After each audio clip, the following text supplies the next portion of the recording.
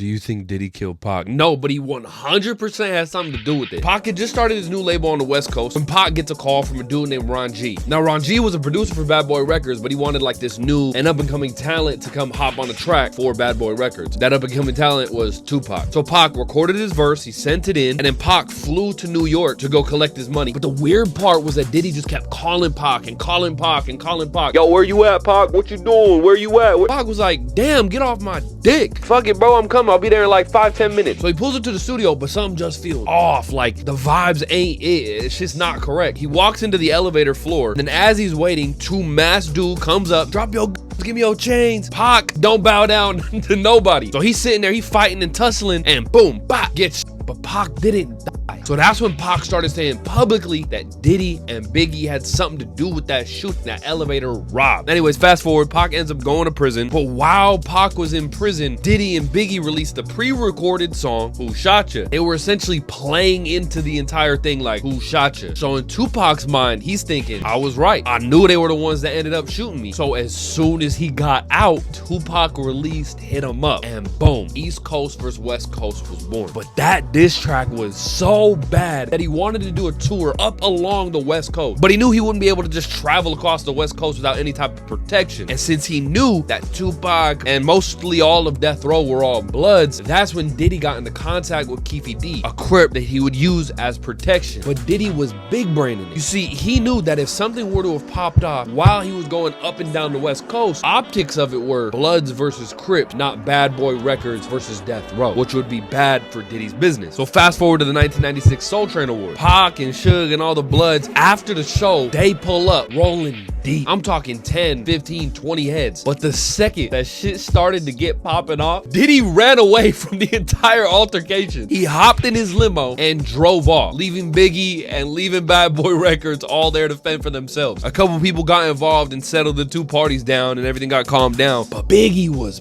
pissed because Biggie found out that Diddy ran away. He didn't know in the moment, but after he found out that Diddy had just ran away, Biggie pretty much lost all respect entirely for Diddy. So Diddy that night kept calling and calling and calling. He knew that he fucked up, but Diddy was mad, embarrassed. So the next night, called Keefy D to come over to dinner. And allegedly during that dinner, Diddy told Keefy D, yo, something got to be done about Pac. So that's when he put out the $1.7 million hit on Tupac. Fast forward to the night of the Tyson fight. After the fight, Pac sees a dude that snatched his chain just a couple months back. So Pac and his entire entourage go and beat the doonies off this dude, not knowing that the dude that they was beating up was Keefy D's nephew. And then just a few hours later, that's when Tupac was shot and killed and died.